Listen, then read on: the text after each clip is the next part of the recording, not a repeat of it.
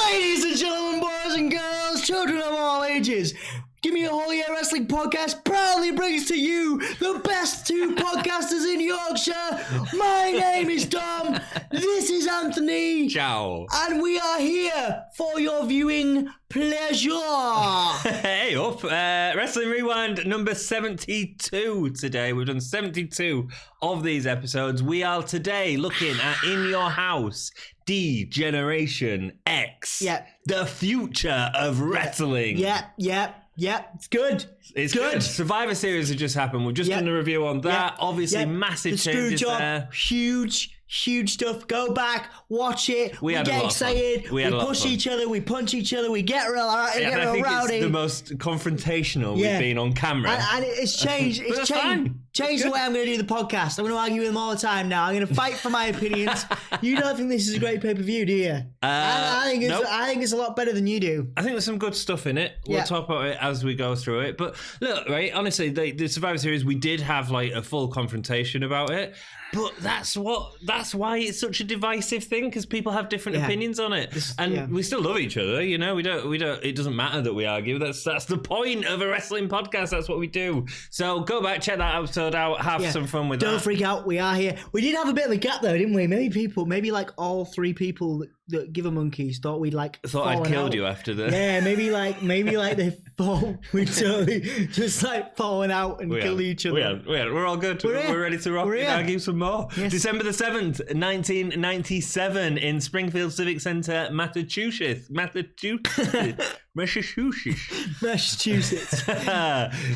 UK number one film at the time was Alien Resurrection. Nice. It was awful. I don't know. The fourth Alien film. Man, it's better than the third. It's the same with the Terminators. You can rehash those and they'll always make money. Oh yeah. I wouldn't. I'd just keep making them because people will watch them. Speaking of making money, the UK number one single at the time was Teletubbies. Teletubbies say no. Oh. Oh no. I'm not doing it.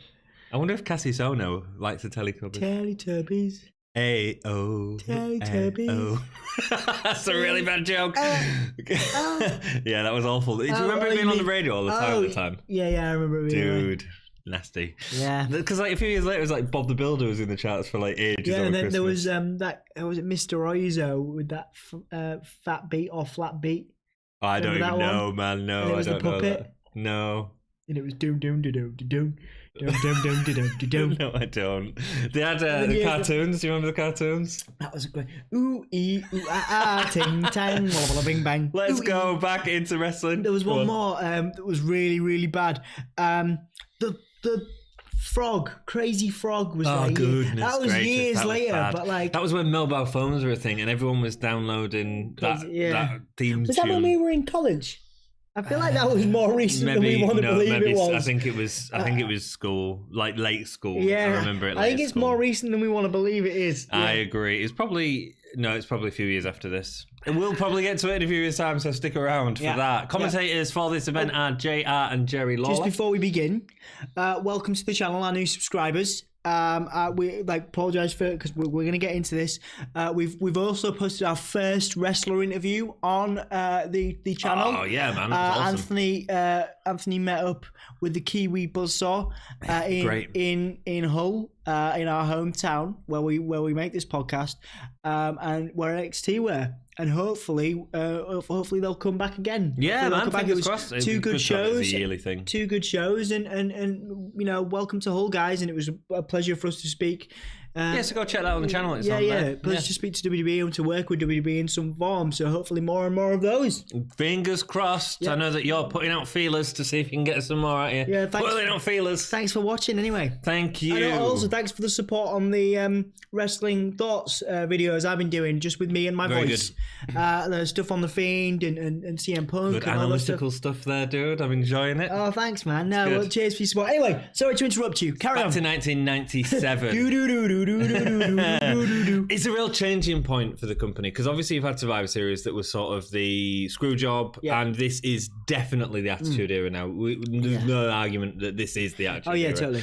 In terms of when the Attitude Era starts, people will argue that all along, but this is definitely going in that direction. It's massive. A lot of the moves they do in the next couple of pay-per-views. It's just much more extreme. It's much more. It's almost. I think they borrow quite heavily from ECW in this. Oh, they do, yeah. In terms of the matches are more extreme, a lot of DQs, too many DQs. Oh man, I mean, this happens a lot. Anyway, we'll go into that, but I mean, is this pay-per-view any good or not? I don't know. I think we'll talk about it as we go through the episode. But for our age group, because obviously we grew up watching this stuff, I think it's very entertaining and probably way more entertaining than the current products.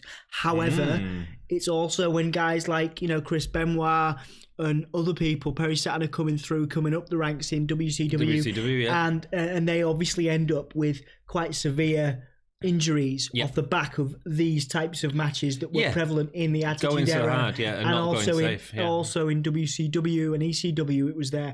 So as much as we love the Attitude Era, it's probably what caused guys like Benoit, Saturn, etc., etc. needs to be more controlled. Anyway, the first match is for the new WWF Light Heavyweight Championship, and the match is Taka Michinoku versus Brian Christopher. To get to the final of this, a tournament was held, and it was the first Light Heavyweight Championship within WWF. Taka Michinoku defeated Devon Storm and Aguila to make the finals, and Brian Christopher defeated Flash Flanagan and Scott Taylor to be in this match. I never noticed before. Doesn't Brian Christopher look like British Bulldog? His facial structure. A little bit. I mean, a little bit. I was watching it. I was like, Jerry Lawlerson or British Bulldogs? I mean, if I had to pick a winner in a fight, I'm going to pick Bulldog. Yeah. But he looks like a little bit, Brian. Your father. Like obviously, short-haired Bulldog, Brian Christopher. Yeah, okay, I can see it. But let's talk about how I really enjoyed this match. It's a good match, and it's sad because it's kind of a parody now of today and how 205 Live is looked upon. Obviously, similar title. You've got a world-renowned star in Taka Michinoku who has travelled the world, and is a world, a champion, has been a champion around the world. Are you stroking your purple? Yes. We need to get a new one. I'm letting you carry on. Keep going. This is quite nice. I've never actually done this before. Anyway, so you got Taka Michinoku, who's a well-renowned star, and you've got Brian Christopher, who is a legend, legendary family. He great heel work, man. Yeah, here's my comparison. This is why I was going to make this comparison. But before, we've talked about off camera, we were talking about Enzo Amore and Enzo Amore and how he comes across. Brian Christopher is this age's Enzo Amore. Potentially, yeah. I just think he's a great heel. He's like Jeff Jarrett was sort of 2 or 3 years ago. He's a really solid heel. Absolutely. I think commentary ruin it a little bit with too much talk. But they do the same. Him being his son and all that. Yeah, but they do the same. Like I say, I think this gets glossed over here, and I think it gets glossed over in present day, unfortunately. And it takes guys like Taka Michinoku or Neville or Enzo in a modern day context, stars, to elevate a title that people, or a championship that people don't really give a monkeys about at this point. And I think that Taka Michinoku was the right guy to go ahead. Oh, 100%. My issue with it is more, I think it's a good match. I don't think it's a great match. Oh no, no. But that's crowd participation. I think it's crowd participation. But here's the issue: WCW at the time were putting on great light heavyweight. Well, matches.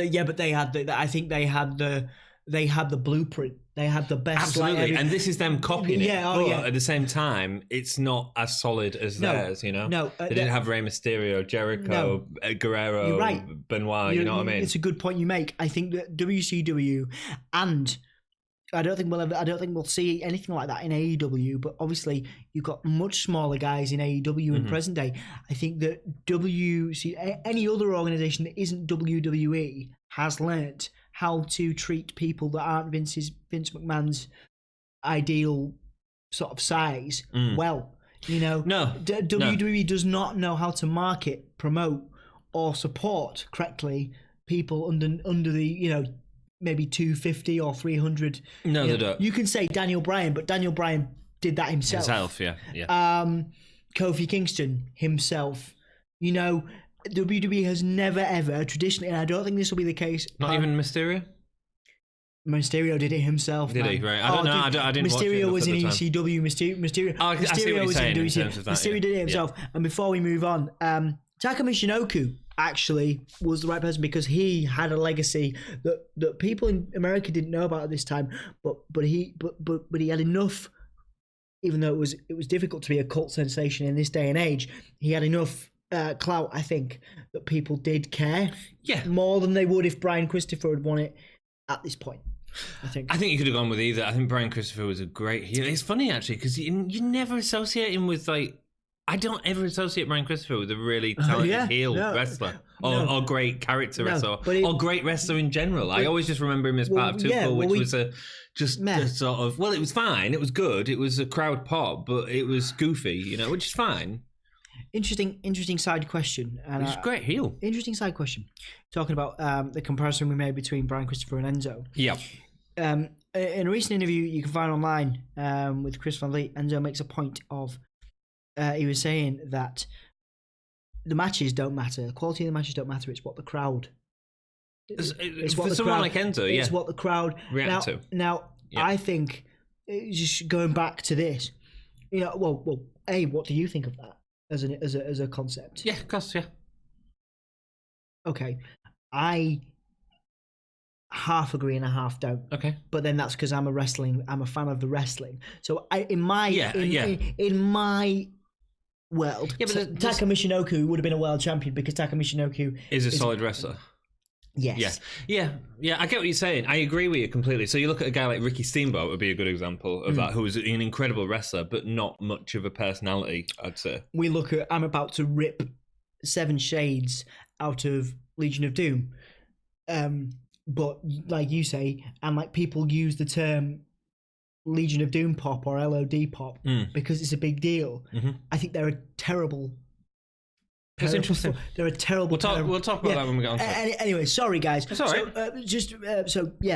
What do you guys think? Is it the crowd or is it the quality of the match? Let us know down below. I think it's in balance. I think it depends on the wrestler. I'm going to start writing these questions below when we post these.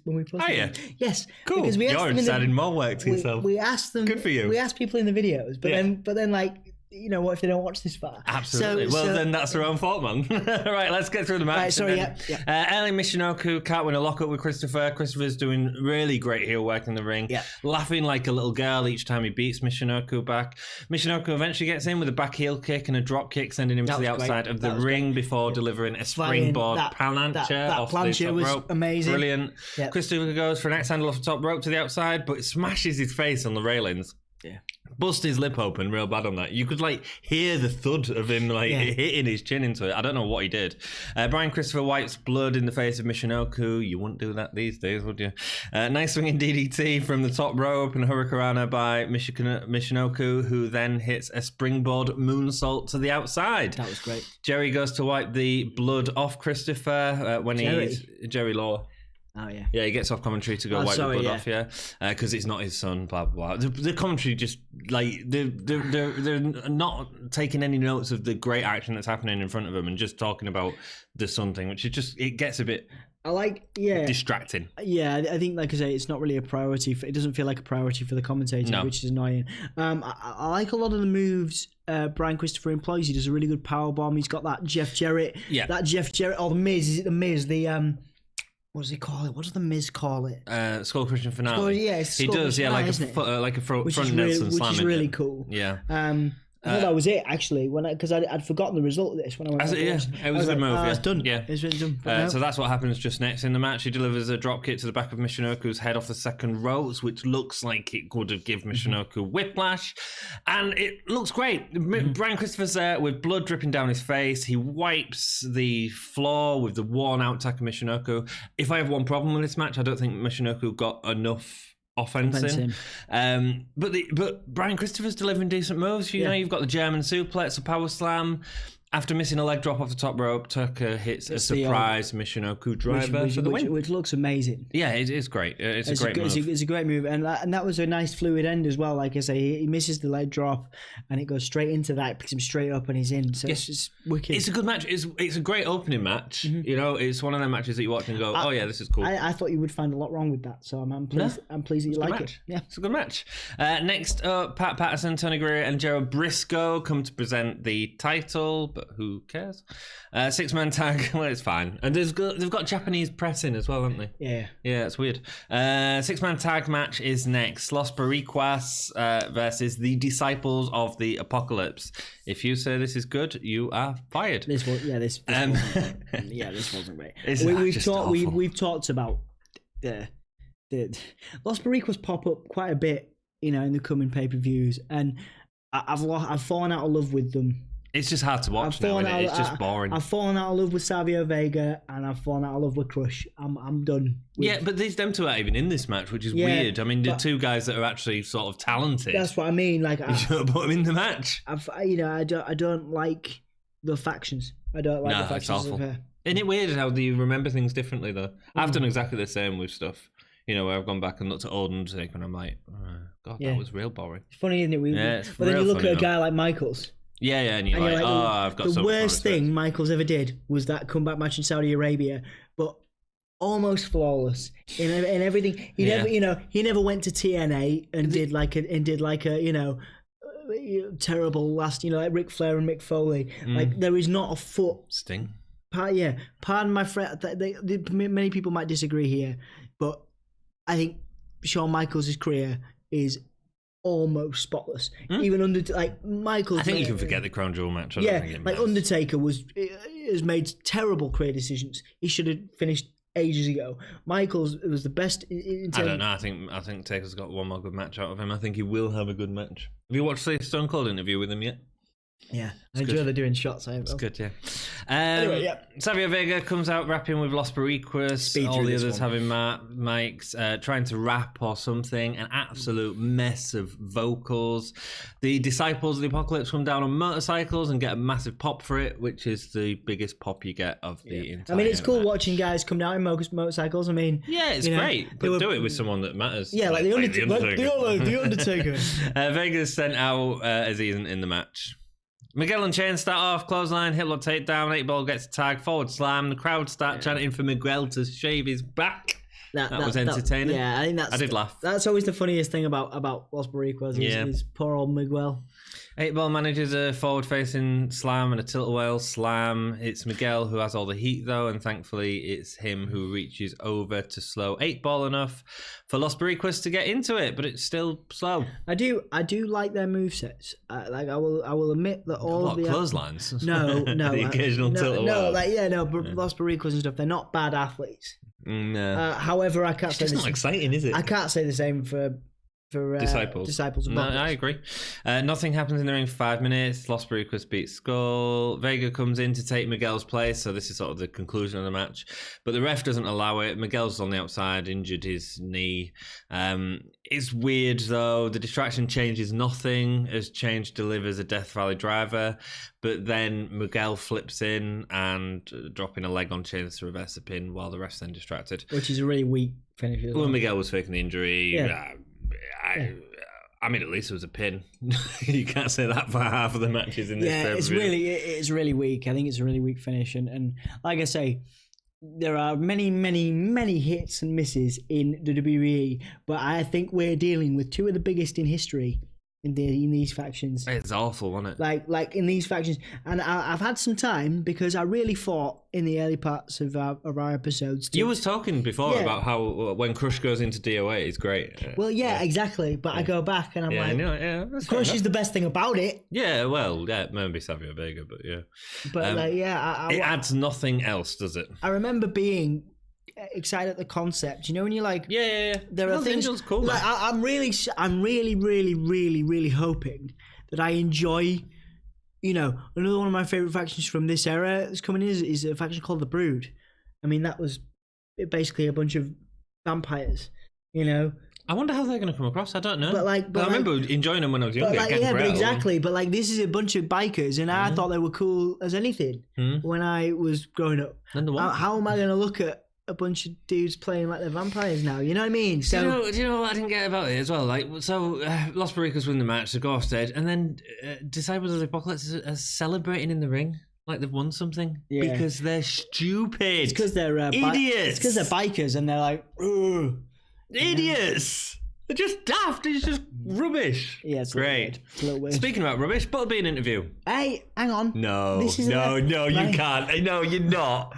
You're not going to defend this. No, I'm not going to defend the match. Okay, good. I'm not going to defend the match, right? I'll defend its legacy. Bear with me a second. All right. It was massive in terms of WWE realizing, the crossover appeal of celebrity, fighters versus. Oh, I'm so thankful for this match. Then, thankfully, we get like a main event of next year's WrestleMania with Cain Velasquez and Brock Lesnar, and you're saying this rubbish is to blame for that. Probably. It's not the first time a celebrity. No, dude, Lawrence Taylor main event so it's nothing. It's just rubbish. Okay, which is better, this or Lawrence Taylor and Bam Bam Lawrence Bigelow? Taylor and Bam Bam Bigelow by a long shot, and that's rubbish. I actually like. I look. Butterbean looks legitimately like a bad bottom. No, he doesn't. He looks like an idiot that's soft punching someone. If I want to watch a bad Mark Merrow's selling of the punches was ace. It was ace. He like spins round, like takes all sorts. And then the chair at the end, the little stool. You're talking about two spots in like a 20-minute waste of time match. But that's because they're the only two spots. I get what you're saying. It was just awful. I feel like there's a lot of pomposity as well, isn't there? There's a lot of posturing. Also, did you notice Sable with the shades on throughout the whole thing? There's a rumor that Mark Merrow was like physically violent to him. That was a story, wasn't it? I don't think it was a storyline. Was it? Yeah, it was the abusive partner's the storyline. Let me go through the promos. The Attitude Era, ladies and gentlemen. Butterbean interview, because of course Goldust and Thingy aren't doing that anymore. So Butterbean interview, who had a match last night in boxing, in a legitimate boxing fight where he probably looked like an actual boxer. And here he's talking, taking on Matt Mira. The question is he 100% after fighting the match last night? Is the idea that they're trying to sell? Cuts a promo, slips up halfway through, says he don't want to talk about it. Not easy to do a promo, is it, Butterbean? Yeah. Mira had been out of the company with injury for 6 months. While he was away, Sable was still on TV, and Sable had become so much hotter. I mean, she was attractive, but I mean, in terms of like, but she became a massive star when he was away. He's no longer the wild man, instead taking on the marvelous Mark Mero, using his boxing history because he used to be a Golden Glove boxing fighter in New York.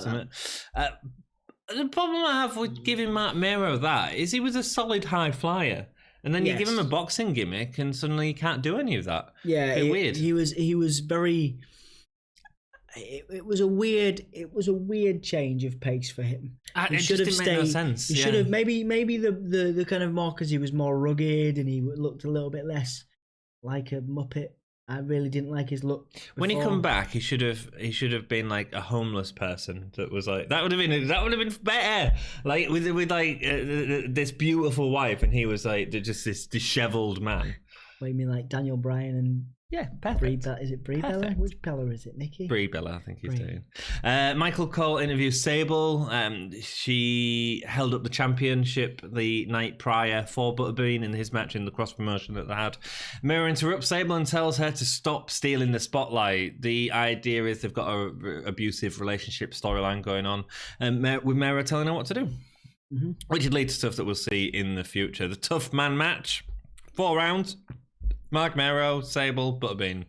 2-minute rounds set up like it's basically a boxing match. Yeah, I mean it was basically Butterbean wiping the floor with Mark Mero. Mark Mero being cheeky and getting a couple of drop kicks in and getting a bit, getting some wrestling moves in there because he's the heel, and then Butterbean just being like, "Nah, mate." It's all rubbish. It's awful. It's not the best. It's awful. We've done it at WrestleMania 2 and it didn't work with Mr. T and Roddy Piper. Right, they're doing it here, and it's not working here. They've done it more recently with British round matches, which are okay, are more sort of, but there's not necessarily a boxing match, but the idea of a round-based competition. And, you know, that's what WWE needs right now, really, is real fighters like UFC people coming into the company. It's UFC retirement home, isn't it? Are you being sarcastic? Absolutely. Round one. So you don't think that Cain Velasquez and Brock Lesnar will main event WrestleMania? I have no doubt that it probably will. I have absolutely no interest in it. Yeah, no, me neither. So that's what I'm saying. Or Brock Lesnar and what was it, Tyson Fury? That's what they're talking about now. Because there's Wrestle Story, who's another great podcaster on YouTube, so go check them out. They talk a lot about how it's becoming a UFC retirement home. And it is. And it's sad. Why would you give £15 million to Tyson Fury to win a match against Braun Strowman? Coming up to WrestleMania very soon, Stone Cold, Mike Tyson, Shawn Michaels in a ring. Would it have made any sense for Mike Tyson to come on top of that whole storyline? No. It just... no. Idiots. But Mike Tyson was complimentary. Yes. Mike Tyson was part of it, not central. Yeah, but Austin got in his face, They got it right with Tyson. Absolutely, yeah. No, I agree completely. But it's the only time. Only time they've got a celebrity right in WWE history, I'm going to say. I quite like Stephen Amell. The rest of... cheesy as anything. Cheesy. And also not a... Like, do you know what I mean? Stephen Amell, it was mid-card. It wasn't prominent. Of course it was, yeah. Wasn't That's prominent. Fine. People don't... You shouldn't have put it on the main event. There shouldn't be on... Celebrities shouldn't be on the main event. Well, and that's why I think it's right, because it was just an entertaining matchup. We'll see what plans are for the future, shall we? Cool. Dance around each other for a full minute. Mero gets to the rope, but Butterbean knocks him outside to continue swiping each other lightly. Getting to the corners with equipment and stuff. This was an easy paycheck for both of them, man. Oh, massively. Mero, round 2, attacks Butterbean early, choking him with a rope. It's probably the most attention Mero's probably had. At this time, maybe apart from having Sable, sort of the King of the Ring. He did quite well in one of the King of the Rings. Then they tap each other lightly, like two kids fighting with plastic swords. That would have actually probably have been more entertaining. Just put two kids with plastic swords and watch them beat the crap out of each other. Yeah, maybe. Mero draw. You said you was going to disagree with me on everything, and you just agree with me because this is rubbish. They just had to show. Well, it is rubbish. I can't fight you on this. They show a replay of Mark Mero like. Swiping past the side of Butterbean like really lightly. Like I say, there is a point here and it's masterful when Mero does this kind of weird spin when Butterbean is like poof, and he just goes whoop and he just and it's brilliant. He's selling. Mero oversells. It's cool. Mero sells very well here. Like there are two matches where the selling makes it bearable. This is the first. Slaughter. No, it doesn't make it bearable. Slaughter and Triple H is what? I'm not a fan of that one either. I know you're not, but the Triple H is selling makes that match good. Better. Yes. Better. Not watchable. Butterbean teases Mero to punch him. He never does. Butterbean knocks Mero out with a hold to the head. He holds his head. And he sells it. A little bit of showmanship. Just rubbish. Butterbean round 4 knocks Mero to the ground. Mero gets a low blow, gets disqualified, breaks a wooden stool over his back. Don't break first time, does he? He has to go back for it. If I wanted to watch a bad boxing match, I'd go watch an amateur boxing match, and that would be far better than this absolute load of tripe. Hang on. I think you're not going to defend it. For WWE's audience, this was fine. This is not fine. I'm WWE's audience, and it's Vince awful. McMahon would have been loving this. He'll have enjoyed this because they had people at the pay-per-view the night before saying, come and watch this. It's a marketing thing. I get it. The match is just rubbish, and there's no way of saying it's entertaining at all because it's not. It's a waste of 20 minutes of your life. It would be like most things. At least it's entertaining to Vince McMahon. Let us know what you think of that match. I think it's awful. Dom thinks it's great. Whoa!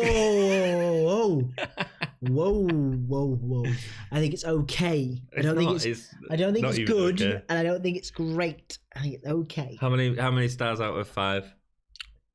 2. 2. Wow. This is like minus. It's just a waste of time. Goldust comes out with Luna Vachon in pink.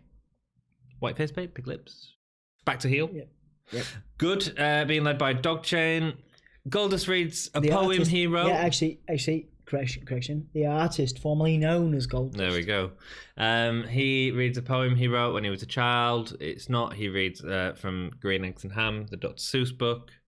Different voices. Luna suddenly pushes Goldust over for no reason before dragging him backstage with his dog collar. I mean, it's good to see Goldust, but this was awful. Yeah, this was... Why? Why is it there? It's weirdness for the sake of weirdness. They wanted to do something weird with Goldust because he didn't have a direction, and they... Sorry? He didn't have a direction. Direction? Yes. Direction or erection? You did just say erection twice. I did say direction. You corrected yourself with erection. I definitely said direction. Wind the video back 10 seconds and you will find yourself saying Goldust didn't have an erection twice. I definitely said direction. Right. Goldust didn't have an erection at this point. You said it again! You said it again! You just don't like the direction. Yeah, okay. Goldust didn't have a direction. He's saying it again! Can you not say that sentence without... Direction! Now say it as a sentence.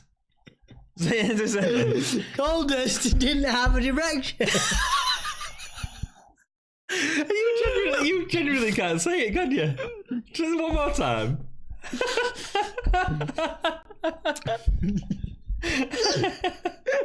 I've got the hiccups now. Go on, one more time. What didn't Goldust have, Tom?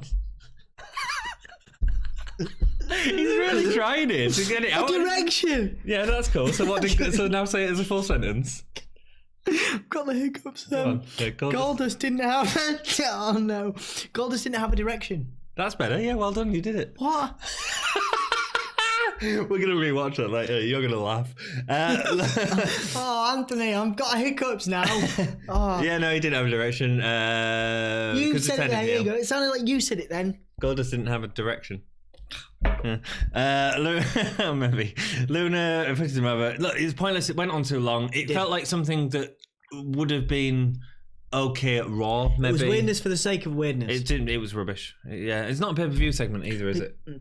Because Goldust didn't have a way to move forward. Yeah, okay, cool, very good. And the WWE were like, oh, Vince was probably like, this is a really good S word, and we're going to send you out in a pink, dye your hair, and just be weird. And I think there's a lot of that. Batman. You got Dude Love doing now, and Goldust doing now. 1-on-1, get them together, just have a match. You know what I mean? We've seen it before, but like, Dude was an interesting character actually, because when instead of facing Mankind, you're facing Dude, it's like a completely different matchup, you know? Yeah. And that's what that's the only thing I'm really excited about the Fiend for, is to see when Firefly Funhouse Fiend starts wrestling and you get the difference between Firefly Funhouse wrestler and the Fiend wrestler. And I think that's really interesting. Wait, you think that Firefly Funhouse Bro is going to wrestle? Eventually, yeah. Yeah. What, you think they're going to rip off the Faces of Foley thing? Yes. I know someone commented something similar on the channel. But it makes sense to me. I think that's really interesting to see the same person. That's why I really like Finn Balor. When Finn Balor comes out as Demon and sort of he has a different style to him. It's not just face paint, you know. And I think that's interesting. I'd be interested to see what that happens. Next match, New Age Outlaws. Sorry for bringing Fiend into it. He seems to come into everything. New Age Outlaws, Billy Gunn and Road Dogg versus the Legion of Doom. Definitely not. Cody Rhodes, Jericho.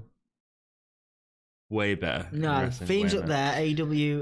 No, they're not, because they're misusing him. New Age, right, we'll move on. New Age Outlaws.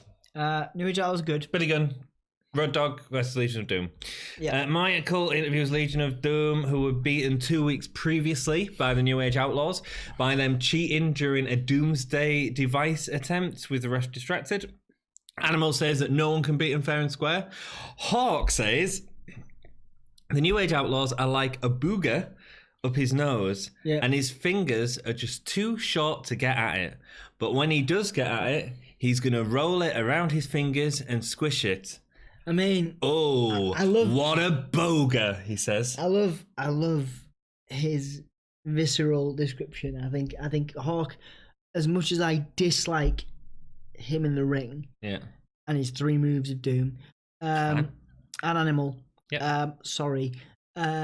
his promos are better than the Ultimate Warriors. Oh yeah, absolutely, yeah. But it's a bit of an out of place They promo make more this sense. time. Yeah, It's yeah. I mean, thing, it's weird. Go on. I have a lot of time for the New Age Outlaws now. Yeah, but I have much less time for Legion of Doom. Okay. I think we've seen this before. We're going to see it again. Yeah. And again. Yeah. And I'm done. I'm done with LOD at this point. And I don't like to be ageist. I think ageism is a thing, and I wish it wasn't. It's not that they shouldn't have a role, and it's not that they don't have a place, but I would have maybe done other things with them. You see, I disagree. I think the Legion of Doom at this period were, first of all, they were the best thing in the tag team division, including New Age Outlaws. In terms of they got the crowd to pop, they were believable as wrestlers, and they delivered. I thought they had a great moveset. I thought they delivered a lot of power moves that looked great, especially Animal. Yeah, no, I think to give them a team, though, like the I didn't think it was. I thought it was really neat. Power slams and the neck breakers and all that. Like the reverse neck breakers from Hawk, I thought was great in this match. And then I thought that, and for me, a team like that works so well with a team like New Age Outlaws because they're the cowardly heels, And I thought it worked so well. I really enjoyed this match. I'm surprised to hear that you didn't, which is fine. I enjoy the New Age Outlaws, and I enjoy their dynamic and You're just a bit bored of Legion. Their ability. I am, yeah. Okay. Their ability. I mean, like anything, you need one person that's like the powerhouse and one person that can kind of, be the antidote to that. And I do applaud the New Age Outlaws for being that sort of contrast to LOD. LOD is breaking out of the power slams and the press lifts and Road Dogg and Billy Gunn are the wily kind of heels. Yeah. And that if it was any other, if we'd been watching the Godwins versus LOD, exactly. But the Godwins. I'm not going to tell you when we move on to it that the Triple H Sergeant Slaughter match is the best thing we've ever seen. But Triple H's selling makes Sergeant Slaughter look good. Okay. And we'll talk about that when we get onto it. I think as bored as I am with LOD, the New Age Outlaws are one of the only teams in the division that can make them look decent. I think the Headbangers. Can have a good match with Legion of Doom. No. I love the Headbangers, but they're not as technically proficient as the New Age Outlaws. I believe you said they were one of the top 5 tag teams. I did say they're one of the top 5 tag teams talking rubbish in terms of entertainment. You was. No, I wasn't. You was. No, I wasn't. Top 5 tag. We talked about earlier crowd pops. I mean, I'm not. I know they weren't the most Legion popular. Legion of Doom were more popular than. I know. Anyway, Hawk and Animal chase them off. So they come down. Road Dogg's got a mic. He's such a good talker, isn't he? Such a good talker. He's doing the whole sort of spiel about Jurassic Park. Let's go see the Jurassic dinosaurs, which is Legion of Doom. Great. They come down, chase them off. So they basically go because they need to stretch again, come back out, do the entrance again. They get chased off again, but the Briscoe and Patterson and all the authority are there, tell them no, they've got to get back into the ring, and they drag them into the ring, attacking them with the belts. Great start to the match. It's good dynamic as New Age Outlaws play the cowardly heels, Legion of Doom are the big power move guys, and Road Dogg especially did incredible work in this match. So much selling all the way through. Double clothesline by Hawk off the apron, puts both men down, big boot, reverse neck breaker, which I really enjoyed. I've seen all this before. I get exactly what you're saying. It is and I'm not saying it doesn't have its place. Yeah. I'm just saying, like, if this was anybody else, we would have both been sat here going, oh my, whatever. I enjoy it. I just think they've got a good move set. And I know it's all the same stuff, but I think it's a good move set that's interesting and powerful. I think John Cena's more diverse than Hawk. Yes, I think he is. But you're comparing one of the biggest wrestlers of all time to... Hawk in himself has a legend status. Absolutely, and so they deserve it. I just enjoyed it. Oh, clearly you didn't, which is cool. It's all about Road Dogg getting beat up, using all that he learnt from Jarrett when he was working with Jarrett. They try to leave again, but Legion of Doom won't let them. Cowards, it's great. Eventually, New Age Outlaws use an ice bucket to attack Hawk. A polystyrene ice bucket that completely shatters. Not a very devastating weapon, though, is it? No, a little bit odd, isn't it? Billy's the legal man. I thought Billy was a little slow on the offensive in the match. Yeah, he always. I think he always looks really good. Billy's in ring abilities are far superior at this time to many people's on the roster in terms of the way he moves, the way he sells, and the way he basically accentuates his repertoire. But yeah, not his best showing is what I'm trying. Sorry, not his. best showing. I don't think it was. I don't think he got. I think he looks great, and I think he sells well. Yeah, I just don't. Billy's better than this. We know he's better. Yeah, than this. Absolutely. I think that's what you're saying. Yeah. The most exciting thing is a bleeped out audio. I think JR swore, which is weird. The animal gets back in, power slam, shoulders locked. Probably in his ear going, "Boo! Yeah. Show some attitude. Yeah. Show some attitude." Bugger off. When they set up for Doomsday Device, Henry Godwin comes in with a bucket to attack Animal. Very odd. Hawk picks it up, starts attacking everyone. Swinging for the ref was probably not a good idea, so he gets disqualified. Oh, another one. If there was one DQ finish, I think this would probably be the one I'd prefer it in. Yeah, but I see what you mean. Yeah, I thought I enjoyed the match. I thought they were both good in it. I thought it was a decent match. It was, not great, but Road Dogg, really good seller. Yeah, I mean they're both good. They're both great sellers, and I think they bring out the best at this time of a tag team that shouldn't really be here. And I feel really bad saying that because they are legendary. I haven't sold millions of T-shirts like LOD have, but I think I think they were just that legend team that felt like they could be contenders at any time. And yet they're putting the other guys over, and I think that works. You know what? You're right. Yeah. Do you know a bit like John Cena nowadays? John Cena comes back and he always feels like a contender. Yeah, and you get the rub from the Legion of Doom, but it doesn't make him look. No. LOD are never. You're right, actually. Yeah, you're right. Do you know what I'm saying? LOD are never going to look bad. No matter who they get beaten by. Because they've got legacy. Because they're LOD, and the same goes for Cena. Well, unless they put on a bad match, which like Undertaker, I can sort of see your point of him tarnishing his legacy slightly. Oh, absolutely, slightly. I think he's had some good moments in the last few years as well. But yeah, so I can see your point. But I think they're still good enough to not tarnish that legacy. Do you know what I mean? And Doomsday Device was a great move. It was. And it felt powerful. I'd like to see a tag team take it on, actually. And you think about tag teams. In fact, is there a tag team? I think there is. I'm sure we've seen one. Yeah, we've seen a few recently, recently, but I can't think who it is. Doomsday Device. So yeah, the Doomsday Device was interesting because it was a real tag finisher, and it feels like the most legitimate tag finisher that we've seen in WWF.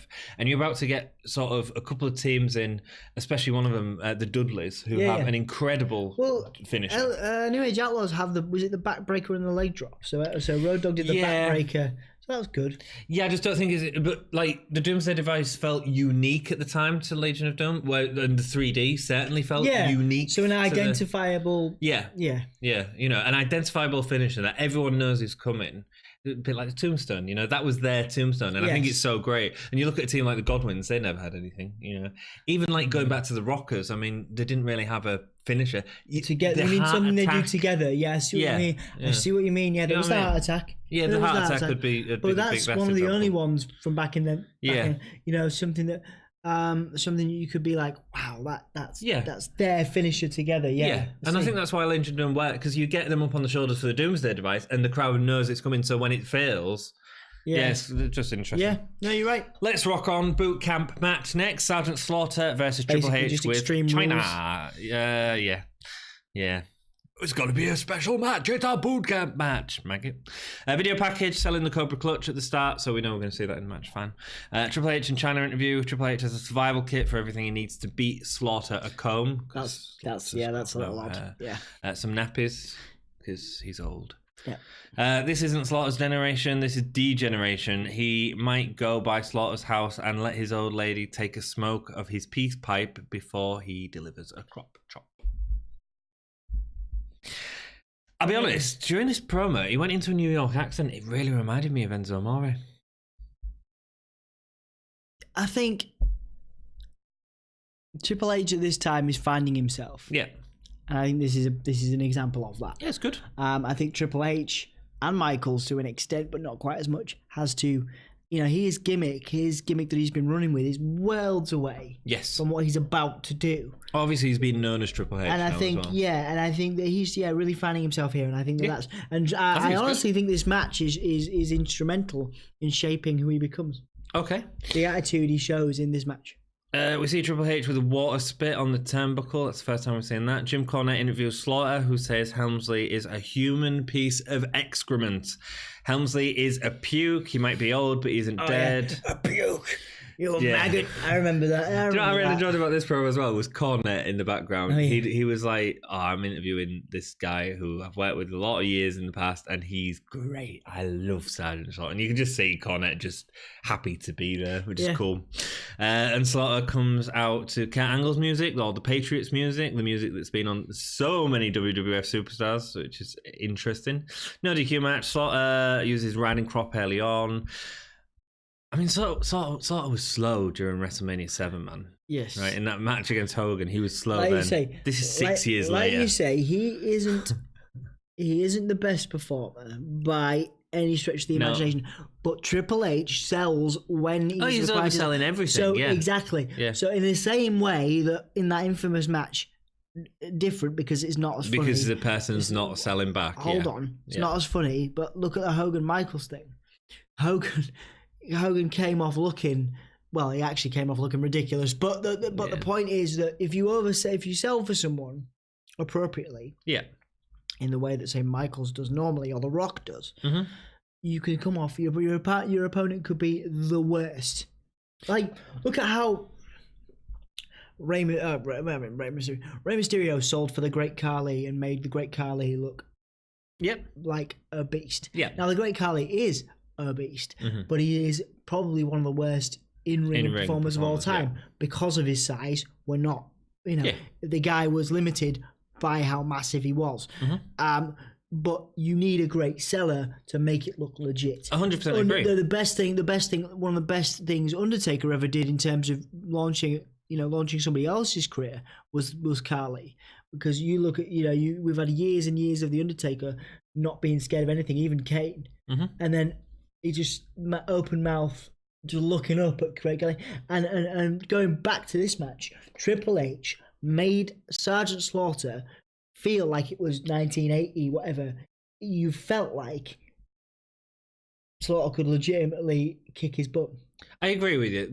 I agree with you to an extent, but the issue I have is the offense is so slow and the selling is so obvious. And you've just used an example yourself of the Hogan-Michaels match, which is exactly the same. The selling is so obviously over the top. Yeah. It becomes a bit silly. Yeah.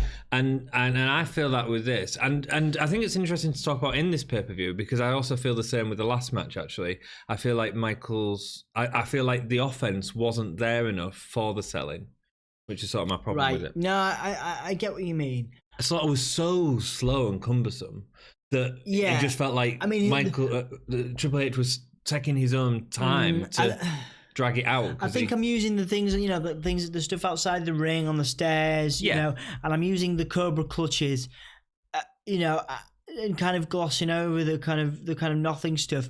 The high spots, as they're called, are high spots. They look. When Slaughter Slaughter goes into the stairs, when Triple H sells the punches, it looks legitimately like a big deal. Like Slaughter is a big deal main eventer again. If the offense was there, I'd agree with you, but it just wasn't there. Is the problem? You can't oversell. It's overselling, I think, is the issue. You can oversell them and have a blockbuster match. Look at bloody Cain Velasquez and Brock Lesnar. Which wasn't a blockbuster match? It was rubbish. Well, but it was a blockbuster match. Look how much money it would have made. Yeah, it was. That's what I mean. But that doesn't make it good. You know what I'm saying? But that doesn't make it good. We're wrestling fans. Yeah, we're wrestling fans. I think it's interesting from a WWE perspective. Vince McMahon was probably, "This is great." I think it's really interesting what you're saying. But I think what's more interesting is at what point overselling hurts the match. As opposed to the only time it's ever hurt the match to a point of ridiculousness is Shawn Michaels and Hogan. I think it hurt the match here slightly because it just made it didn't make Triple H look strong, which should have been the idea of the program. It made Slaughter just looked Slaughter. You know, if you exactly what you said about Legion of Doom earlier, about sort of two guys not coming, at least they could do moves and could sort of still work in the ring and be ready to catch spots. Slaughter couldn't, and that's because he was using Slaughter because he was there in a backstage role anyway. I wonder at what point overselling hinders the match. Yeah, but overselling is a part of sports entertainment. Absolutely. It's a sports entertainment business. That's what we have to, as wrestling historians, what we have to do is take note of the fact that we are reviewing a sports entertainment product. What we need to do is, I think, differentiate between selling and overselling, and at what point selling is great for a match, like Road Dogg in Legion of Doom match, or this, where it makes everyone look a bit weaker coming out of it. It made Triple H look weaker because he just got his ass handed to him. Shouldn't say that word. Yes. Well, for once it was you. Yeah. Nice. Yeah, we'll see. Do you know what I mean? It's interesting. It's an interesting thing that I need to. I'm sort of looking at this, as a wrestling fan. You watch stuff, and I'm watching that now more. If we'd been doing this for AEW, yeah. If AEW had been going, we'd be talking about. We would be probably loving most of the product. We would be because it's a wrestling. AEW is definitively a wrestling product. But what we watch and what we talk about and what we've dedicated hours and hours and hours of our life to bring this podcast to people is a sports entertainment product. Yeah. There are, right now in this era, there is there's a beer-swilling Texan redneck who is about to become the biggest thing in wrestling. There is a guy who uses an elbow as a finisher who is about to become the biggest thing in wrestling. There's a dude who dresses up and literally calls himself dude in tie-dye and is one of the biggest things. Yeah. And in present day, need I remind you to fast forward, there's a dude in a mask who thinks he's a monster as a world champion.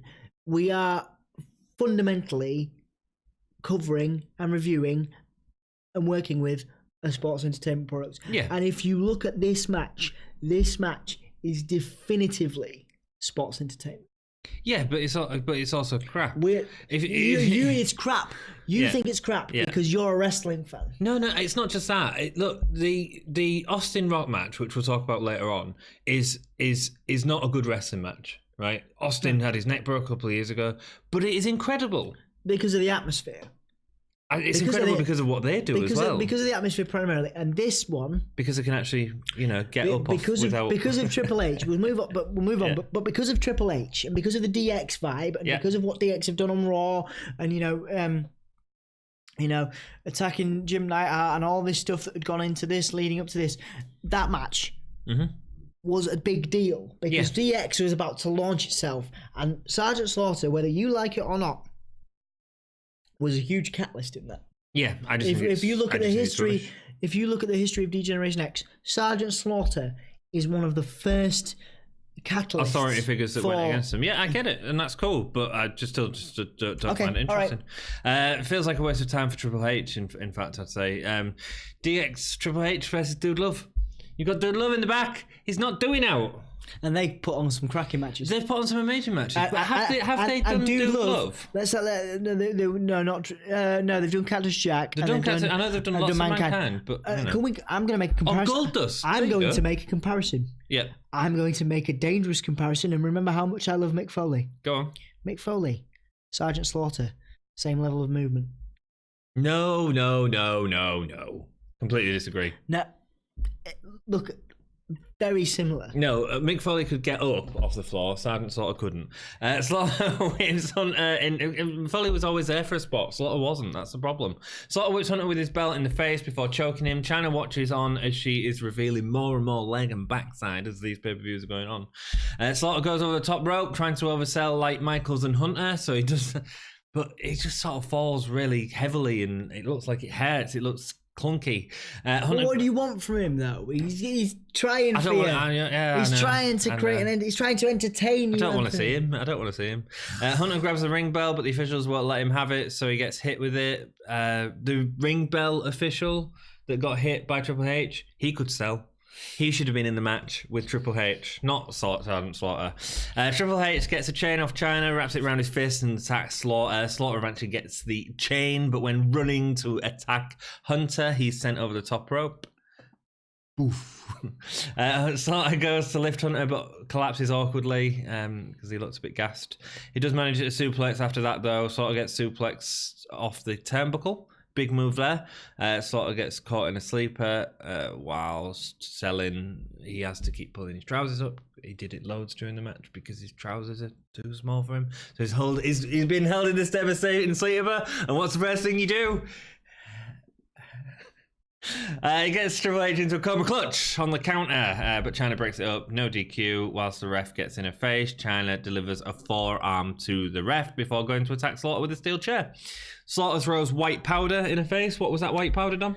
I saw that question in your notes. Did you? Are you just reading my notes? Why don't you ruined it? I've got my own notes. Go on then. What was the white powder? It's chalk, dude. It's chalk. You say in your notes that you think it's anthrax. That would be the gimmick, wouldn't it? But he was a military leader. It's got to be anthrax or some sort of chemical warfare. He could have just gone into Hawk's coat pocket and picked out a load of coke and just use that to blind China. Can you imagine China then just reacting to it? She's really off a rocker. Oh, we could have made so many jokes when Hawk was doing that bugger promo. Yeah. Whilst you were right. You're right. He missed a trick there. We've blown a whole load of opportunity. Whilst Slaughter's sorting himself out and pulling up his trousers, Triple H hits him with his boot. Takes his boot off and hits him with it. Slaughter gets him back into the Cobra Clutch. China manages a low blow just before Triple H is out on the third. Arm raise. Triple H pedigree Slaughter onto a chair for the pin. I like that end. I think this match would have all been fine if it didn't take as long and it was just a bit quicker, but I respect that Slaughter couldn't do that. So at the same time, I just sort of think, well, let's not have it. Sergeant Slaughter here. Yep. Undertaker now. Okay. I just think Undertaker's got more mythos. Sergeant Slaughter had his place here. Yeah. He had his point to be in this match. Yeah. Undertaker was good at WrestleMania 35 against Roman Reigns. The year prior, he had Shane McMahon, and that was interesting. They did a big high spot. Nah. Cool. Undertaker versus Jeff Adjara. On that note, talking about pointless matches for the Undertaker. Yeah. This was basically let's just flip in. You were supposed to be positive about this pay-per-view. Be positive about this match. I ended up being more negative than you. I know, yeah. Right. This is basically more. This is to introduce Kane and to put over this thing, which is fine. Undertaker won't fight Kane, and Kane wants him to fight him, and all this knackers. I can say knackers, right? Yeah, of course. Yeah. So all this knackers, and it's just like, okay, why is Jeff Jarrett here? In a weird-looking outfit. I understand why Jeff Jarrett gets the win in a disqualification. We've not seen that before this pay-per-view. I know, yeah. I enjoyed something about that, but I'll tell you about that later. Cool.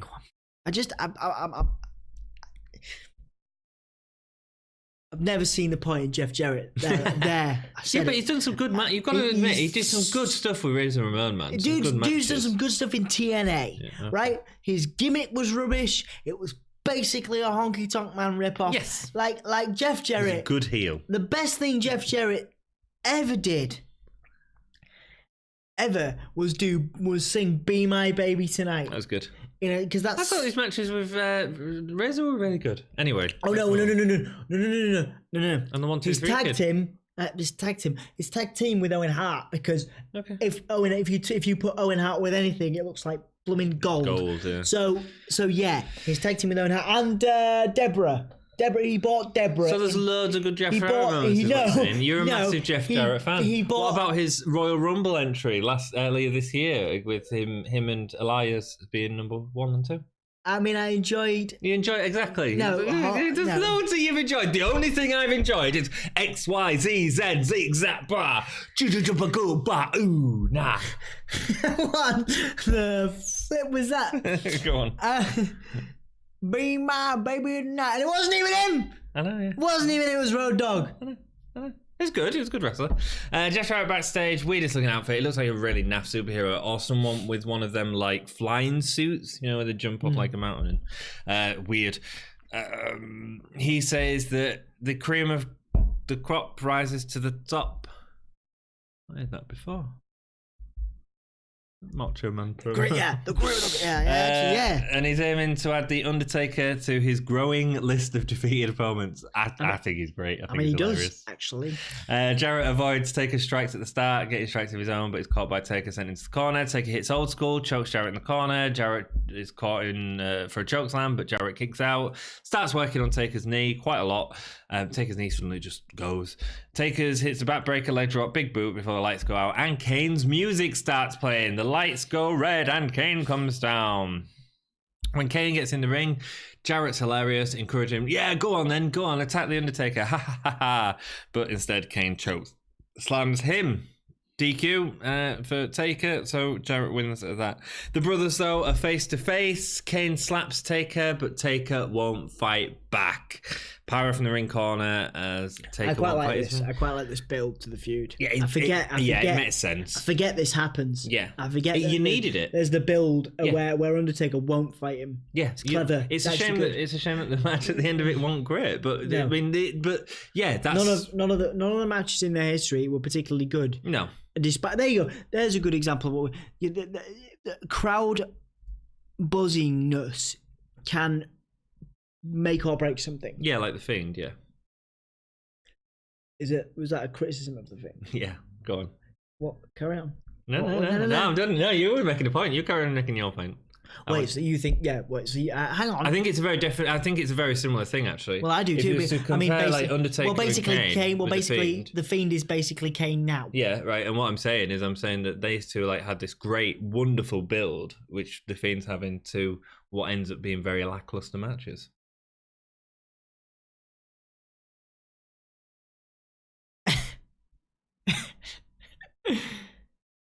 Wowie. Don't be ridiculous. It is. I mean, I think that all the Fiend matches have been lackluster so far. What would you have done with him? Actually have him wrestle and do something interesting. 450 splash. Get rid of the red light. Get rid of the red light. No, it doesn't need to be that, but I just don't think it's there. I just don't think it's very interesting. Even with Danny Bryan was much better, but Danny Bryan is Shawn Michaels of our time, and possibly. He can make anyone look good.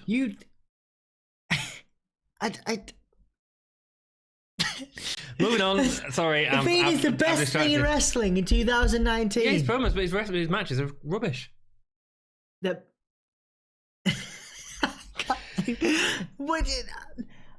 Okay, they're not Dolph Ziggler matches. Yeah, okay, but like, no, honestly, I think Dolph Ziggler puts on better matches than Bray Wyatt in the Fiend. Yeah. But what would you do? Tell me what you would do with the Fiend. How would you have him wrestle? I don't know. He's a monster. I don't know, but it's just not what they're doing. They're just not interesting me. I'd rather watch a Braun Strowman match than a Fiend match. You said you were looking forward to what Bray, not Fiend Bray does. Yes. I'm interested in what the character is, but the matches are rubbish at the end of it. This is a massive build. And the reason this has come up is because I'm comparing it to Kane and Undertaker. We've both been comparing it to Kane and Undertaker for months. Final point on this. Go on, final. No more Fiend talk. Sorry. It's the Wrestling Rewind series, and we shouldn't have talked about present day, and you did this. I know, it's my fault. Me. It's my fault. Not sorry. me. Right. Okay. Mick Foley. Yeah. Bray Wyatt. Yes. Is a better comparison. Why do you love Mick Foley? No, it's not, because Mick Foley put on great matches. Mick Foley has a similar... But he put on great matches. Moveset. He put on great matches. So, what's the difference? It's not a very similar moveset at all, I wouldn't say. Well, the Man of Claw for one. Well, yeah, so he stole that off him, yeah. You're right, yeah. But no, I don't think it's a very similar moveset. So what would you have Bray Wyatt go? Give me a move you'd have him do. What would you have a guy? Not the neck snap. He's built as a monster. Yeah, he's a monster. I don't like his matches. I haven't enjoyed his matches. That's what I'm saying. Well, would you like Kane matches? Not these days, no. But in the past, yeah. There's no difference. No difference at all. Okay. Just dominating under a red light. Okay. Why do you disagree with me? Why? I haven't enjoyed a Fiend match. What's the difference between him and Kane now? I I don't know. I'd need to watch more Kane to say. But do you enjoy Kane matches? I did 20 years ago, but who knows? That might be my new Disciples of the Apocalypse. It could be. I don't know. But I'd much rather watch. I think Braun Strowman's a far better performer than Bray Wyatt in the ring. And Possibly. Braun Strowman's a powerhouse guy that Bray's sort of been the monster heel. Monster. So why then Powerhouse. is Bray now the biggest merchandise seller in? Because his promos and everything leading up to it has been geniusly done, exciting, very creative. His character work is excellent, and the biggest thing that the Fiend does that no one has done for a long time is they give hints of stuff which leaves the fans to question what he's saying And put out cool videos, which you did, which debate stuff based on clues you give me. So thank you. Okay, all right, I'm fine with that. Let's move on. Cool. Kane walks away. Jarrett continues to attack. Good discussion, though. Good discussion. All right. All right. Shut up. No, we need to move. We can't. We need to. I can't. We can't. Every episode. The problem is, if you're watching this in 5 years' time, when you know what's happened with the Fiend, right? The Fiend right now feels like an exciting thing, and I just so the title belt is exciting enough to charge $6,000 plus. Yeah. For a replica title belt, ladies. But if you're watching this in 5 years' time, you can probably get it for 20 quid in a bargain bin somewhere as a toy. Me and you in 5 years' time with our replica Fiend belt from 5 years ago. Yeah, like on the podcast. So that's why he keeps coming up, because it's out there, and I also think because of Kane being. What are you? Yeah, because we talk about stuff we're excited about in present day, and I think it's relative because we've seen that our present day videos do all right. I think it's nice to bring elements of that in. I don't like it because I feel sorry for the people watching it in 5 years' time. We did it years ago, talking about Jason Jordan, and I was watching it back and I was like, God, we're just talking rubbish. Okay. So let's focus on this. People have watched it for this. All right, well, let the audience decide and move on. They won't, though, because no one comments. As Kane walks away... Why are you so miserable? Can't help it. Stop it. Kane walks away. Jarrett continues to attack Taker's knee. Taker lifts him up for a sloppy choke time. He lifted him up too high and sort of falls really back. Bad. Yeah, that was really bad. But he starts selling the knee afterwards as if that was the reason for it, but he wasn't. He just botched. After Taker leaves, Jarrett celebrated in the ring. I thought that was really funny that Jarrett got his first win because of a DQ by Kane, and not only did that happen, but he's there celebrating. He did the strut, didn't he? He's like, "Oh yeah, I'm great. I come into the WWE. I beat one of the top guys." Although I didn't really, but I just think that I think that's funny. I think that's good character work. I mean, the match was nothing special, but it was a continuation of Kane and the Undertaker. He did have good character work. I'm not gonna lie. He did. Maggle interviews Mark Henry, who, although he's been training, still can't cut a promo, stumbling over his words. Matt says he'll be back soon. I don't think Mark Henry could cut a promo till about 2015. Yeah, when he retires. Yeah, that was great. Yeah, I mean, it's amazing. Yeah, I mean, I think it was a bit earlier than 2. I respect his legacy in the world of professional wrestling, but he was never the best promo, was he? Unless it was like, because he actually had a pretty good quick. If it was like, I'm ready to induct you into the hall of pain. That was fine. Great, yeah. This was just funny because he'd been away training and still can't talk. The Rock with the Nation versus Stone Cold Steve Austin is our next match. First time we see. I know, right? This. Sometimes, dear viewers, all three of you, I question why we do these podcasts. It's hard, isn't it? And I really do. And then you hear things about things about people wearing the t-shirts or whatever, which is great. But more than that, you go back and watch matches like this, and you think, wow, this is the first time because we're about we are about to till we die probably, and then our holograms will probably do the continuation. We're about to embark on a journey. Yeah. Of Stone Cold versus The Rock. It's exciting. That last year's, because now, at least one thing WWE have done at this period, which they have no idea how to do now, is continuity. Long-term booking as well. Long-term booking. Yeah. They knew how to long-term fluid booking as well, one might say. Austin and The Rock. It was years and years of build-up, and this is the beginning, and this is why this it's all worth is it, man. Thing, and worth it, I think, yeah. Video package showing Rocky Maivaia's early win with the Intercontinental Championship, as well as his more recent win. We see Austin delivering the stunner to Vince McMahon. big famous point, obviously, that's happened on Raw recently.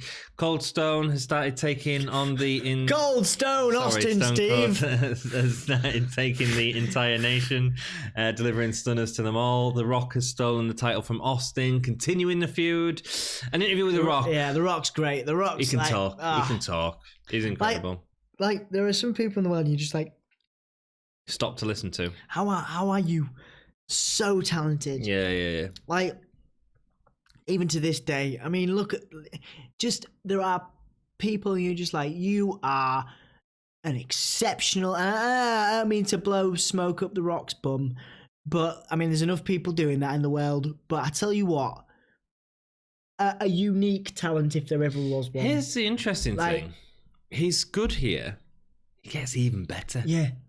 It's mad, isn't it? It's amazing. His promo work here is a shadow of what we're going to see. An absolute shadow. Amazing. And you know, he makes...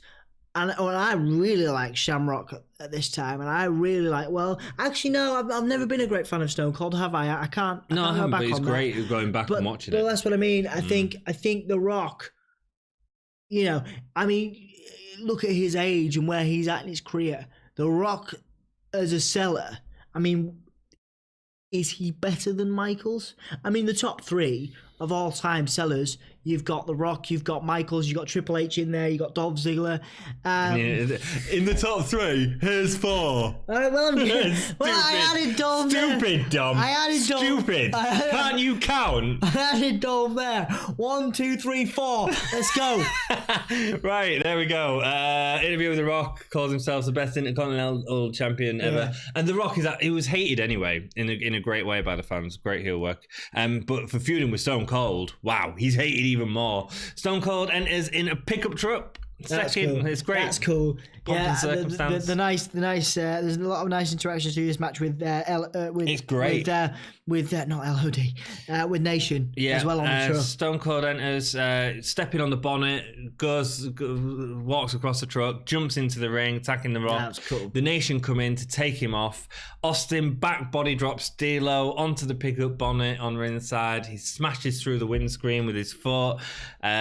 Massive pop. I mean, it looks great. Yeah. Then picks him back up, delivers a stunner on the cab. That's D'Lo wiped out. Luthrez press in the ring from Austin, and it's so quick. These guys do so much in such... This match is like...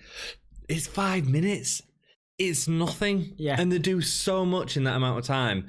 Austin goes over the top rope. Farouk and Karma go to attack Austin, but whilst Farouk holds Austin, Karma grabs a chair, goes to hit Austin. Austin moves out the way. Thud on the car, which sounds like Farouk's skull being caved in. It wasn't. It was very safe. Followed by Karma getting Irish whipped into the wing mirror of the car, breaking that off. Great. So he's managed to clear out the Nation, short amount of time. When he gets back in, The Rock quickly boots him on the floor, not letting him get back in. The crowd reaches absolute fever pitch because this is all happening. This happens. That whole thing happens in about 2 minutes. Yep. Austin bounces around the ring, selling for The Rock, even though he'd broken his neck like a couple of months previously. It's mental. Rock hits the people's elbow. He goes for a second one, but misses. Austin stomps him in the corner. Austin goes for a stunner on The Rock, but Karma distracts on the apron. After dealing with Karma, Austin turns around to deliver the stunner and instead hits the ref. Goes straight away for a pin on the ref, doesn't realise that he's hit him, and Rock puts on some brass knuckles. Rock's going to get the win here. Yep. No, he's not, because Austin spots it, delivers a stunner, second ref comes in straight away, gets the pin.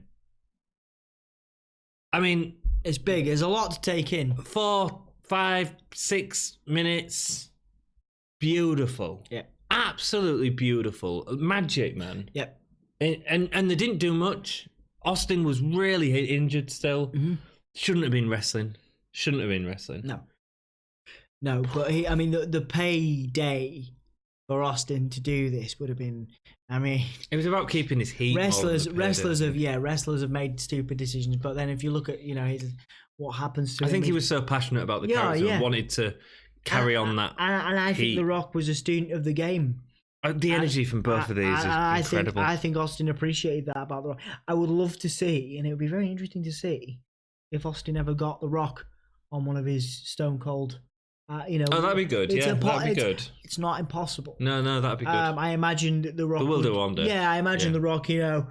When he's out of, even I don't, it'd be interesting. He won't be. He'll never be out of work. Yeah, no. I mean, if his contract allows him to appear on stuff. Oh yeah, well, he doesn't have a contract. He just works for different film producers, doesn't he? But I think So yeah, he can do it. It's just a matter of time until he does it. I think.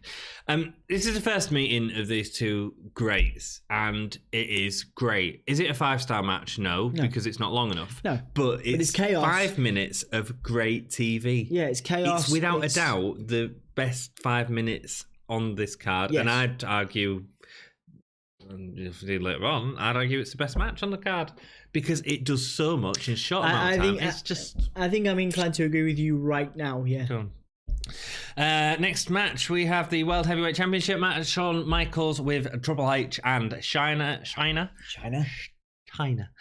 versus Ken Shamrock. That was my really bad Donald Trump impression. Why did you? Chyna. Why would you bring Donald Trump into our podcast? I said China.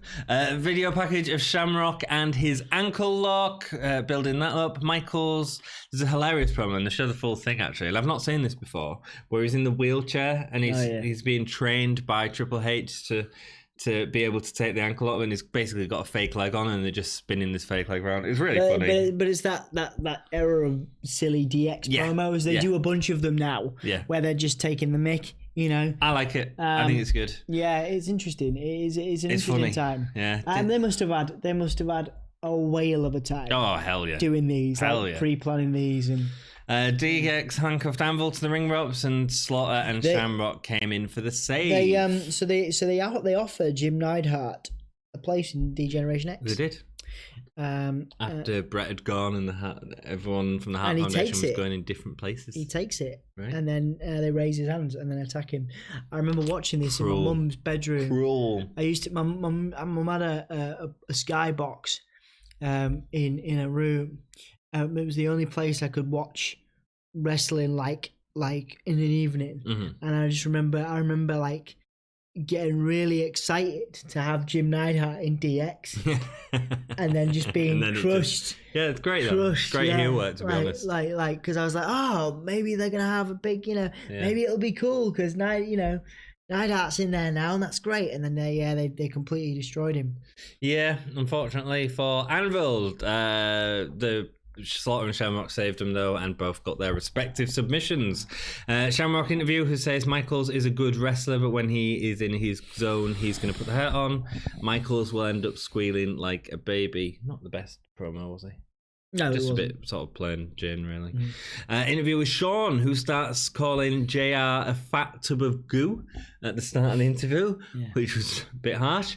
But I think he does it a few times over the years. He does it twice in this interview. He's going to go out and show why he is number one in the industry. He's got his classic green DX jacket on. That's great, man. Shawn Michaels has so many iconic and the attires. Music, the attires, the music, everything was just on point. They really, there is nothing more iconic. Really got the star treatment, didn't he, Michaels? You think about his iconic looks, man. Yeah, it's great. You could really sell figures with that on, couldn't you? Yes. Interesting. Yeah, money. The two have a lot of running early on. Kick whips Michaels back, sending him to the outside. It looked incredible because good dynamic. Michaels was running so fast. Yeah, really good dynamic between the two. Shamrock, his suplexes, rival Lesnar's in terms of impact. I think his moveset is brilliant, and I think Shawn Michaels is the perfect. Really? Yeah, I love Ken Shamrock's moveset at this point. His kicks are great, his punches look vicious, and Michaels... He's a real world fighter, so it feels more legitimate. I get what you're saying there. Michaels is the perfect...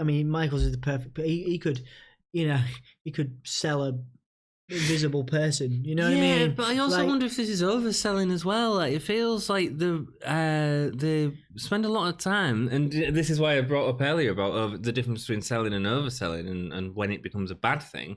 I feel like Michaels at times did it too much to the point where it just makes Michaels look silly. And do you think he does it? Do you think he does it when he's in a mood? Or do you think that's the thing? Do you think he oversells when he's? I think he was overselling to make the match more interesting because I think Ken Shamrock was a bit limited. Right. In a He was very green, though. He was very green absolutely, at this point in his career. absolutely. He wasn't. Where he. I'm not against got Shamrock. to. I like Shamrock. That match with Vader that we reviewed a couple of episodes ago, great, because they were legitimately fighting. I also like the end. I also like the end of this. I think, like I said, I think that. Not a DQ. It builds, DQ and the brass knuckles, which we've not seen at all. But anyway, I think Michaels is an artist in the ring. He is, and Shamrock never quite becomes Shamrock's like an apprentice, and he never quite gets to that level of pure artistic genius. Mm-hmm. And Michaels is there, and he can paint with anyone. And I think that Michaels makes Shamrock look like a legit beast. Maybe the problem was, first of all, they had too much time in the match, I think. If it had been a bit shorter, I think you wouldn't have had as much sort of the stuff outside the ring with Triple H and China and stuff. It got to a point where it was like, we're just wasting time so that we don't show Shamrock's weakness in the ring. Yeah. And I could sort of see that, and that's my problem with the match, really. Okay. Michaels is flying around the ring, pushing Shamrock off to get loads of height. He really does sort of... he's overselling, but I don't know if it's too much is my problem. Shamrock, everything Shamrock does looks like it really hurts. Michaels works when he's fighting someone whose offense looks like it's really, really legitimate, and I just don't know if... Shamrock's punches and stuff did. I really like when he's against the Undertaker, it's great because it feels like the Undertaker could really hurt Michaels, and that's when his overselling like this really works. Against Shamrock, I don't know if it just didn't work for me. I really think that the Shamrock's moveset, I think it's good. I think it's really good. Okay. He can deliver moves. He does deliver moves. He delivers a suplex, which looks really great, as well as his strikes. His strikes looked, like you say, he was legitimate. So if there was legacy, even with him not being in the WWE for long, behind it. Shamrock goes for a belly to belly. Michaels grabs the ref and goes for a low blow. When on the outside, Triple H continues to attack Shamrock, lead into a crossbody off the top ropes by Michaels, which is really nice. China gets involved, pushing Shamrock into the ring post, body slam, whilst the rest distracted by Michaels. But it goes on for ages, man, and it definitely felt like they were killing time. Yeah. Trying not to reveal Shamrock's limitations at this point, which I think is fine. The headlock, too long. Yes. Quick flurry, back into a sleeper. Shamrock battles out, sends Michaels into the ropes a lot. Made Michaels do a lot of the work here. And like I said, I do think that Michaels carries this whole thing. He does, yeah. As much as I do enjoy Shamrock at this point, I think Michaels carries everything. Shamrock does get a power slam, which is really great, and a hurricanrana. Yeah, talented. See a lot of power slams in this pay-per-view. A lot of problems. Shamrock runs the ropes. It's really weird. I was watching with my partner at the time, and I was like, "Let's just watch this." And he runs the rope, backs onto the rope to hit it with his back, but he doesn't hit it with his back. He hits the top rope with his head. Yeah. Right, and his head sort of goes through because there's not enough sort of stability there. Yeah, goes through, and then because he's like bouncing back from the bottom half, he just headbutts the bottom top rope, and he's just like, it's so weird. These things can happen, man. Pro wrestling. Yeah, man. But again, it sort of shows his greenness that he was hitting it that low to a point where he was hurting himself, and that could have been like an Enzo Amore Simon Gotch moment, where he knocked him out type thing. Yeah. That could have been really nasty. Michaels goes for a hurricanrana, but Shamrock turns it into a powerbomb. So again, it's Michaels doing the work to get in, which is fine. More interference from Triple H and China. Michaels elbow drop, misses Sweet Tune Music, counted to belly. Shamrock locks in an ankle lock, and Triple H and China come and break it up for the DQ. Main event DQ. Whew. Yep. Almost like the Fiend. However, there's a nice end to this. Shawn Michaels celebrates on the apron. Owen Hart comes in, pushes him off into the table, into the announcer's table, breaks the announcer's table. He goes, he starts laying down punches Owen onto Shawn Michaels as Owen then gets up and leaves before Hunter and thingy. On the replay though, when you see Owens diving onto Michaels to go attack him from the announce table, he falls on his head, man. And you can see Michael's got a bust nose. I don't know if he'd broken it or what, but it's proper passion. They'd got attitude lost. era. They got lost in the moment. Attitude. Go in with aggression, and he just sort of falls on Michael. I was like, bloody hell, that looked more violent than anything that happened in the match. I don't know how their relationship would have been, but it wouldn't have been great at this time. No. So you know, I think they did well with the animosity that was clearly still there. Yeah. Cool. Let's go for gay stars for this pay-per-view. 3. Oh, dude. Wow. What? I liked a lot of it. Quarter. I liked a lot of it. 1 1/4. Best match? Rock and Stone Cold. Same here, and that's why it's only 1 1/4 because that sort of brings it up a bit. Best performer. You need to start writing these down. Rock. I'm gonna go because I thought they were good. I think Rock and Austin were great, but I'm gonna go Road Dogg. I thought his selling was great. He's always pretty good. Best and you know, holy shit moment. Owen and the table just because falling, because it was perfect given the history for that to happen. I'm going to go with the Ken Shamrock Red Brother because I've had to rewind that several times and go, what? How did that happen? Never seen it before. Rock and roll. Yes, cool. That's us done. Thank you very much for watching. We appreciate you sticking with us. We do. Don't forget to check out the other videos on the channel. Loads of channels. You've got your NXT UK series, which you're going to pick back up. We're doing Wrestling Rewind. There's the Wrestling Thought stuff, which is present day. Great. You can buy some merchandise from us. You can buy cups. You can buy t-shirts. From RebTube, got Red... Redbubble.com. We are not sponsored or by Red Bubble.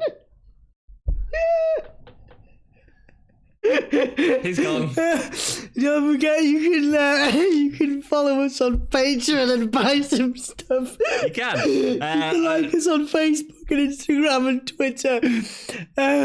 Go like us on Instagram. And follow us on Instagram. That was the worst outro to a show ever. Dude, before we go, give us keep it gay, everyone. But before we go, you've got to give us that sentence one more time. They didn't have Goldust had no direction.